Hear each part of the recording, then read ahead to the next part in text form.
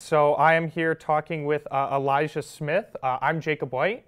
Elijah Smith, he is studying at the University of Prince Edward Island, political science. He currently lives in Charlottetown, Prince Edward Island. Elijah, how you doing today? I'm great, man. How are you? I'm doing great. I'm doing great. So we've got this election coming up. So far, how are you feeling overall about how the election's going? It's a really interesting one.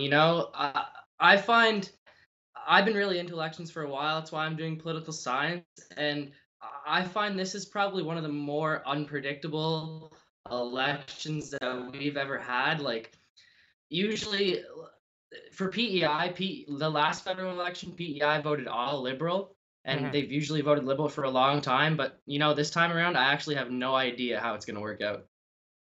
Right. Yeah, definitely. Why do you think that PEI votes more liberal? I don't know. It's just the ideologies that surround PEI. They've always been pretty liberal. It's kind of interesting though because recently we just elected a progressive conservative government, like provincially. Hmm. So I'm wondering if that'll translate into maybe more conservative votes. But really, the provincial conservatives here, they're called the progressive conservatives. They're very drastically different from the federal conservatives. So it might have no effect whatsoever.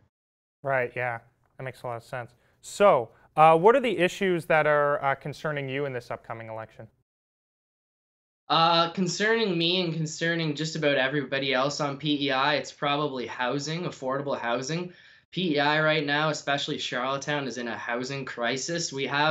I think the vacancy rate is 0.1. Like, there's literally nowhere to live.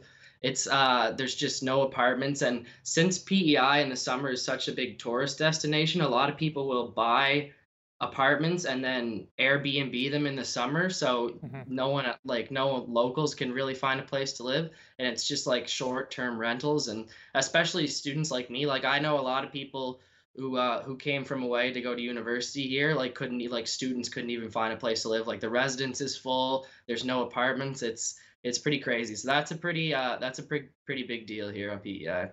Yeah, definitely. So you said you're in political science. When you've got your friends and family around with you, how much do you feel that they influence what you're voting for federally or provincially? That's a really interesting question because a lot of people on PEI tend to vote for who their parents voted for, Right. more so than anywhere across the country. And that there's been a kind of a saying going around right now. It's don't vote who your parents wanted you to vote for, vote who your grandkids will want you to vote for. Oh, So like they're kind of well, the parents are kind of influencing because people kind of just follow along, and there's a lot of people who don't pay attention to it all the time, so they kind of just, oh, I'll vote for my parents, whoever my parents voted for, and kind of keep that tradition going. But if you're really informed like me and you like to keep up to date, that the parents don't influence my decision whatsoever. yeah. Do you feel that that change has been working so far in terms of people moving away from what their parents have voted for? And like you said, the slogan that they've got, what your grandkids would want. Do you think that's worked in Yeah. PEI?